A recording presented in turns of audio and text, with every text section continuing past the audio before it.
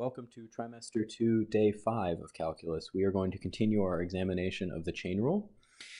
Let's try A. We have two functions being multiplied together here. So it's that blue one and it's the green one here. So that means our overall rule will be the product rule. We'll get to the chain rule. So the product rule tells us that if we're doing the derivative of the product of two things, first it's the derivative, and I'm not going to do it out here, it's the derivative of this one. Not a 3, it's an e to the 3x plus 2 times the second function plus the first function, 3x plus 2, times the derivative, d dx. That means derivative of x cubed. So let's actually do the derivatives. Let's now do these derivatives. I did an extra step, but I wanted to make sure I showed you the product rule explicitly. So let's do the derivative there. So that's going to be ln e times e to the 3x plus 2, but then you have to use the chain rule here and pop out the derivative of 3x plus 2. What is the derivative of 3x plus 2? Well, that's 3. So this right here is that derivative, and keep in mind this x cubed is still there. And then what are you adding to it? Well, you still have that e to the 3x plus 2, and that's times the derivative of x cubed, which is 3x squared. So this part right here where it kicked out the 3, that's the application of the chain rule right here. This part right here is the application of the chain rule right there. So we use the product rule overall, but then we use the chain rule inside of it. So on this one, g prime of x, the outer function is this to the 12th power, to the 12th power. Remember that 4 is just along for the ride. So we drop that 12 down to the front, the 4 is there, and then you have 2x minus 6, and you bring raised to the 11th power now. But then you need to use the chain rule, which is you have to multiply by the derivative of the inside function, which is 2x minus 6. The derivative of 2x minus 6 is 2. You could clean this up a little bit. You know, it's going to be 12 times 4 is 48. 48 times 2 is 96. You could simplify this as this right here. So again, we drop the 12 to the front, turned it into an 11, but then we had to multiply on the outside by the derivative of the blue, which is 2. So here we know, if we're doing the derivative on this, we know it's going to start with ln 5 times 5 to the 4x plus 6. But then you remember that we have to multiply, because of the chain rule, times the derivative of the inside function. The outer function was 5 to a number, and now we have the inner function, which is 4x squared, sorry. So we need to multiply by d dx of 4x squared plus 6, the derivative of the inside function. What is the derivative of the inside function? Well, everything else stays the same in the front. ln 5 to the 4x squared plus 6. What's the derivative of 4x squared plus 6? That's just 8x. That would be the final answer right there. Keep in mind, you could, if you really wanted to, you could set this up as 5 to the z and let z equal 4x squared plus 6. But if you feel comfortable, you can go straight to using this method.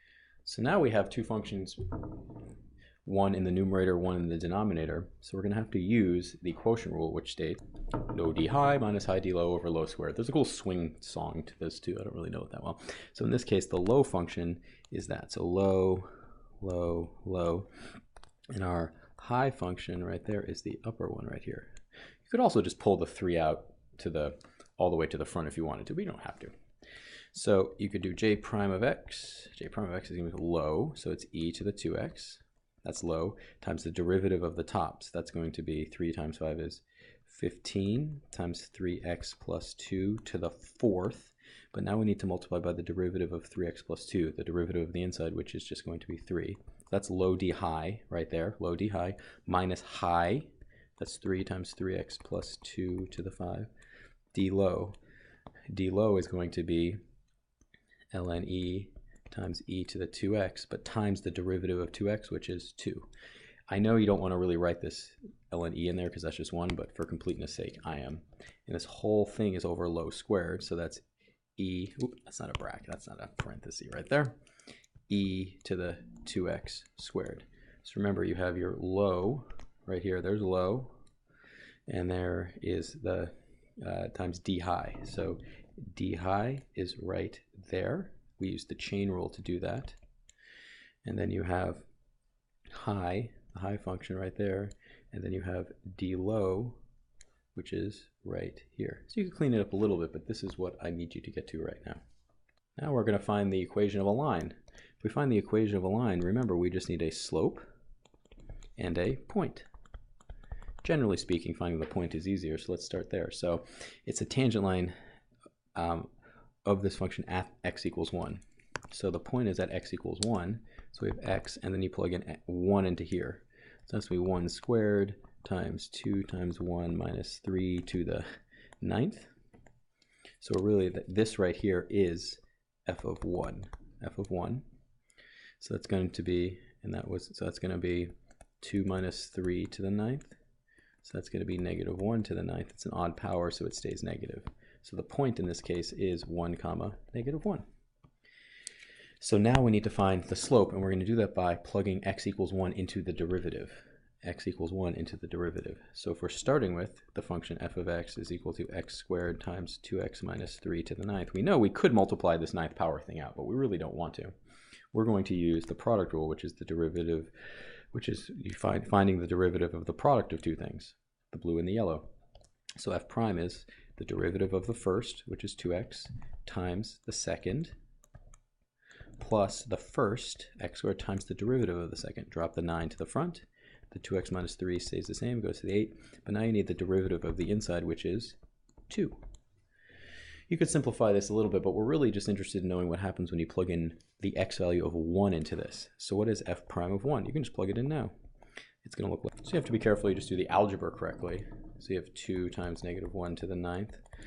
That's just a 1, so it's plus 9 times negative 1 to the 8th times 2. So this is 2 times negative 1 plus 9 times 1 times 2. So you get negative 2 plus 18 is 16. So now we have a slope. So now we can plug that into the point slope form of a line. Y minus y1 is equal to m times x minus x1. So we have y minus negative 1, that's this negative 1, equals m. Slope is 16 times x minus 1. You can simplify it a little bit if you want to make it y plus 1. You don't need to put it into slope intercept. You can leave it right like that.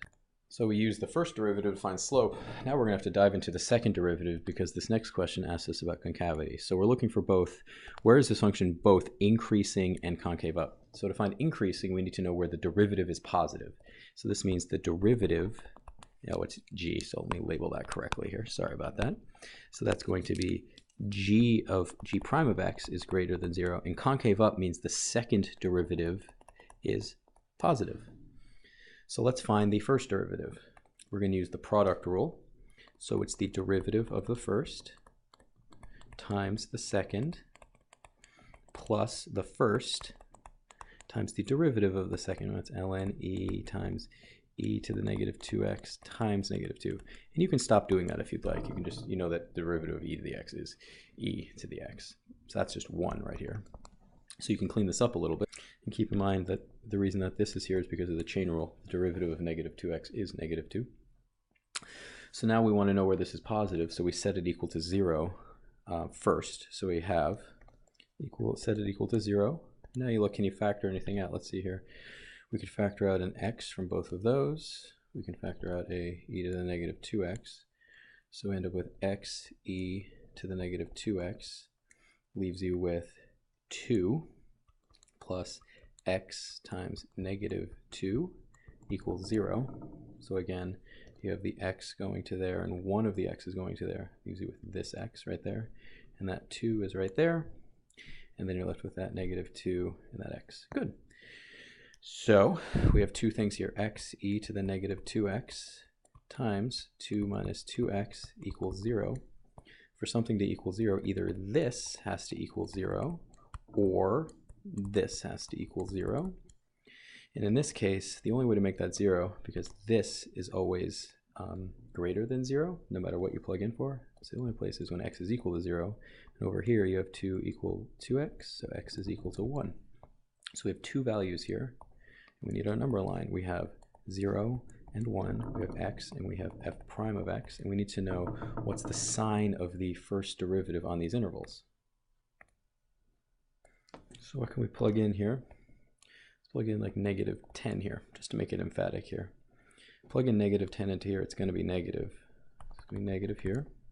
Plug in negative here, it's going to be, oh, I got to put those dotted up a little bit, right? So this is negative. And then also, and then you plug in negative 10 into this one. 2 minus negative 20 is positive, so this is going to be positive. So when you multiply this together, you get negative right there. There's negative. Let's go all the way to the right here. Plug in 10. Plug in 10 into this, you get positive. But then if you plug 10 into here, you get negative. So it's negative here as well. So then you need to plug in a number in between. So let's say 1/2. Well, this one, when you plug in a half, because this is always positive, plug in a half, it's going to be positive here, right? And then plug in a half right there, get 2 minus 1 is 1, so it's positive all the way across, so it's positive right in the middle. So we know now that this thing is increasing from 0 to 1. So that's the first half of this. We know it's increasing from 0 to 1. Now we need to look at the second derivative. Now the last time we saw the second derivative, it was right here. So I'm going to take that and plug it in, move it right up there, just write it over again. Just to make things a little easier, I'm going to factor out a 2 from here. So I haven't done a second derivative yet. We know f prime is going to be equal to 2 times x e to the negative 2x times 1 minus x. I'm not going to multiply this out. I'm going to take the derivative as is. So the 2 is just going to be along for the ride. I'm going to park the 2 right here. We're going to use the product rule. We have a first function and a second function right there. So we do the derivative of the first. I'm going to do it in steps here. So we're going to eventually do the derivative of this function, the first times the second, plus the first right here, times the derivative of the second, just so I can show you the product rule. And that 2 is along for the ride. Now this derivative is pretty straightforward. That's just going to be negative x. That's just negative 1 right there. So this side is e to the negative 2x times negative 1. That's nice. But on this one right here, we need to use the product rule to do that derivative right there. I'm sorry, not that. We're doing the derivative on this one right here. Excuse me, just that right there. So what is that going to be? The 2 is along for the ride. And now we have two functions here. We have the x and the e to the negative 2x. The derivative of the first is 1 times e to the negative 2x. That's the derivative of the first times the second, plus the first times the derivative of the second, which e to the negative 2x times negative 2. Remember this 1 minus, this is all here as well. 1 minus x, like this. So it's pretty long. Let me clean it up a little bit. So I cleaned it up a little bit, and now I'm going to take these e to the negative 2x and factor them out to the front right there. Factor it to the front right there. So it looks like this. So I factored that e to the x out to right here. But now there's another one over here, so now I'm going to take both of these and factor them out to the front, leaving me with, this is our second derivative, and we want to know where it's positive, because we want to know where it's concave up, right here, as we figured out concave up. So we'll set it equal to 0, but this is never 0, that's always positive, so now we're looking at 1 minus 2x times 1 minus x is equal to 0. The only way to make this whole thing equal 0 is just that part equaling 0. So now you need to multiply that out. So I multiplied it out. It's a nice quadratic. You can regroup the terms. Unfortunately, it's not super nicely factorable. So you have negative, so negative b plus or minus the square root of negative 4 squared minus 4 times 2 times 1 all over 2 times 2. So if you use your calculator at that point, you get 2 decimal points, 2 decimals.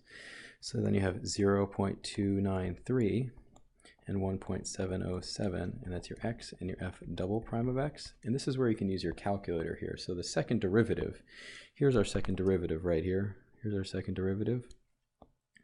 We want to know if it's positive or negative in 3 places. One place, the second place, or the third place right here. So you want to know if it's positive or negative. You're going to need to know if this thing is positive or negative for each of them. So if you test each place, so you test a number to the left here, maybe let's plug in, let's say, you could plug in 0, you could plug in 1, and you could plug in 10 if you wanted to. If you do that, you end up with this is positive, this is negative, and this is positive. So where is it concave up? It's concave up from negative infinity to 0.293. And it's concave up from 1.707 to infinity. So this question was asking us, where is it concave up and increasing? And we knew it was increasing from 0 to 1. It's increasing from 0 to 1. So it's increasing from 0, so let's say 0 is right there, all the way to 1, which is right here. So where is it concave up and increasing? Well, that's going to be right here, concave up and increasing, where they overlap. So it's going to be concave up and increasing from 0 all the way to 0.293. There you go.